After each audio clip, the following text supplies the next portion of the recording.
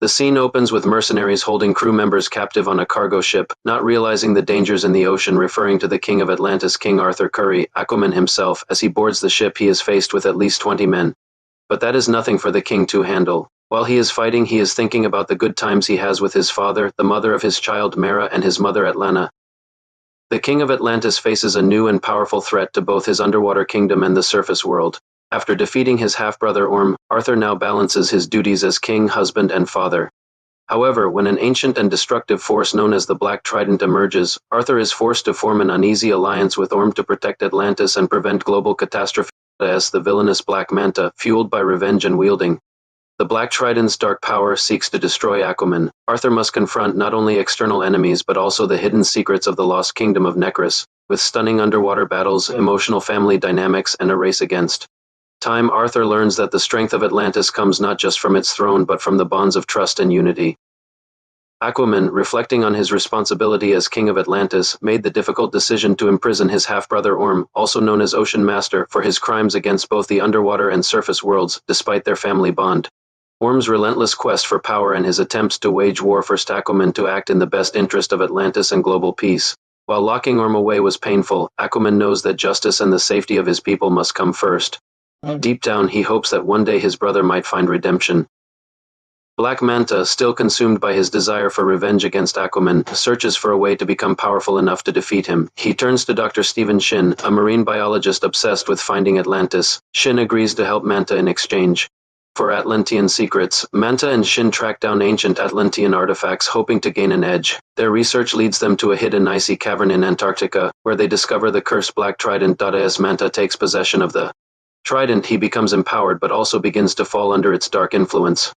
With Kordax's spirit awakening, with the Black Trident, Manta launches a series of attacks on Atlantis, stealing orichalcum, a powerful Atlantean energy source to fuel ancient war machines. Shin, though hesitant at times, continues to assist Manta, driven by his scientific curiosity and desire for recognition. Manta's plan escalates when he kidnaps Aquaman's infant son, intending to use his royal blood to perform a ritual that would fully unleash Kordax's power. Shin, realizing the full extent of Manta's madness, begins to question his involvement but feels trapped by the danger they've unleashed. Driven by his hatred for Aquaman, Manta pushes forward despite Shin's warnings about the possible dangers of awakening ancient powers.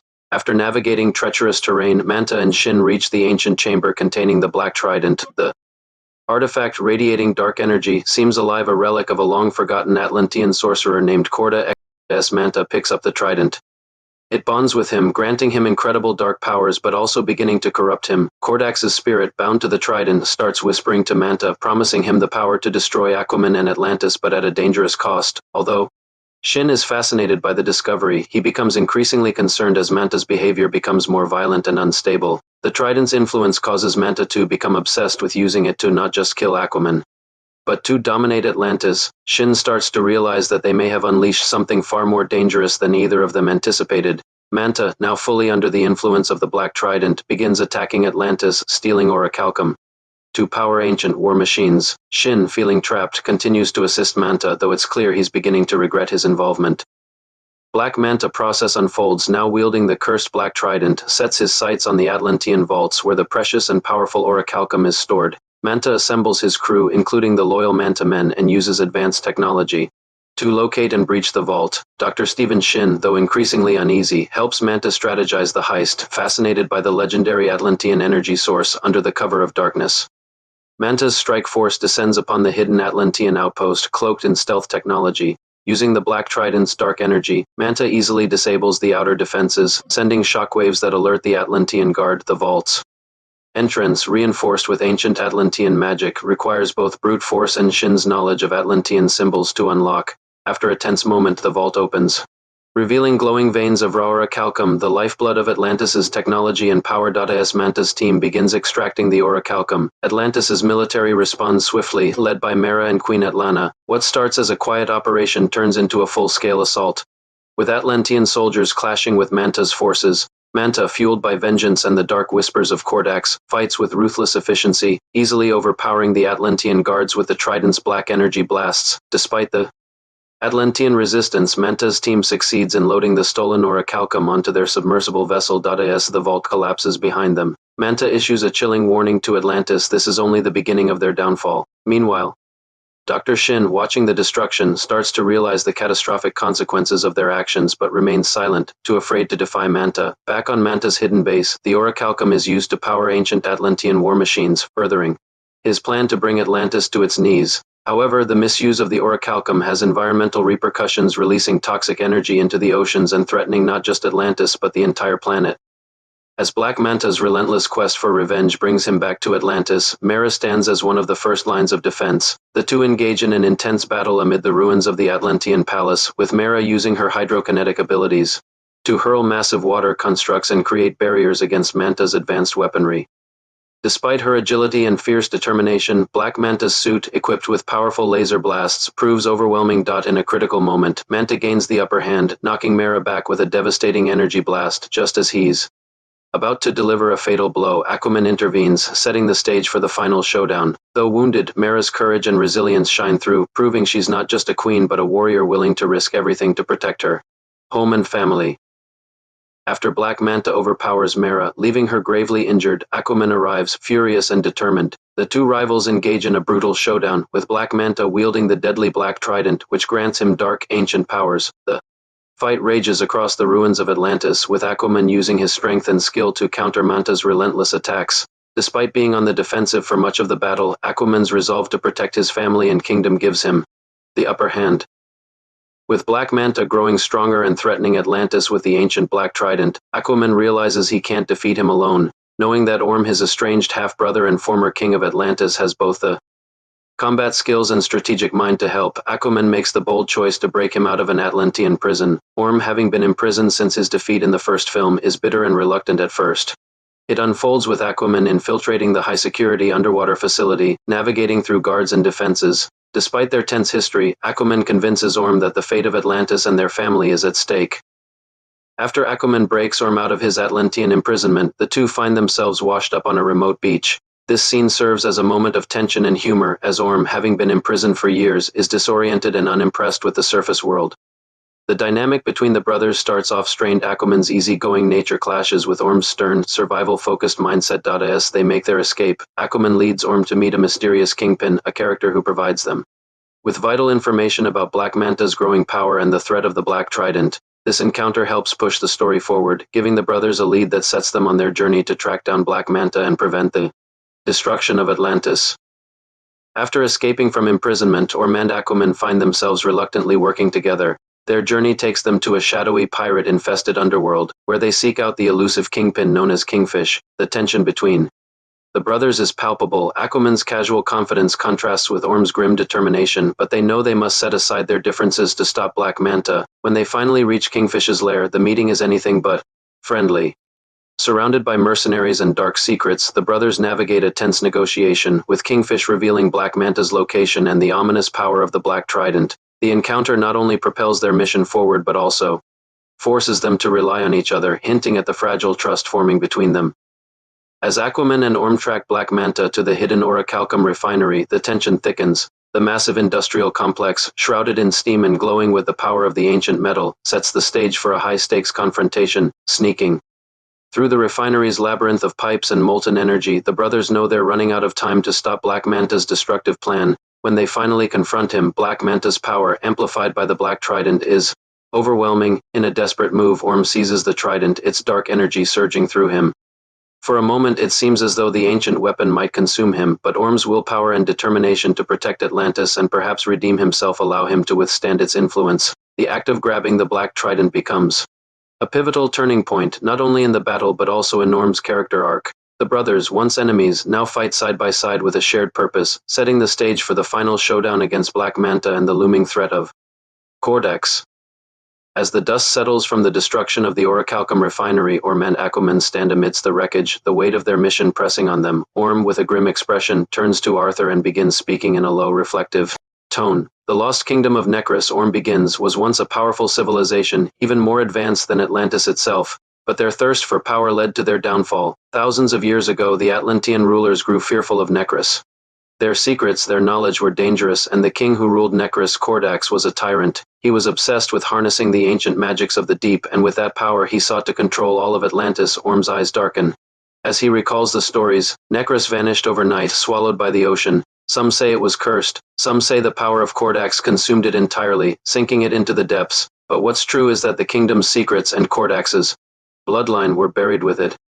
Aquaman listens intently, piecing together the importance of Orm's words. And you think Black Manta is trying to awaken Kordax? Orm nods solemnly. That's exactly what he's after. The blood of Kordax is said to hold the key to unimaginable power. If Manta succeeds in unleashing that, Atlantis won't be the only one in danger. The entire world will fall. The revelation shakes Aquaman. With this new knowledge, they understand the true stakes of their mission. The battle for Atlantis is no longer just about stopping Manta. It's about preventing the return of a dark power that could change the world forever.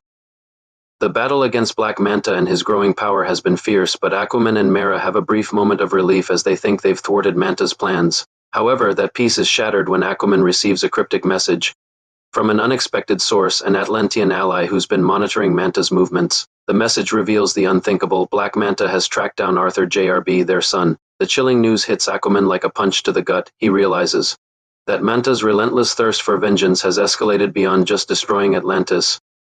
Manta's twisted obsession has led him to target what Aquaman holds most dear, his family. Mera's face pales as Aquaman stands frozen, the weight of the revelation sinking in. In a rush of panic and fury, Aquaman races to find their son, but Mera stops him, her voice filled with both fear and determination. We can't rush in blindly. He'll have set traps. We need a plan. But Aquaman can't think straight.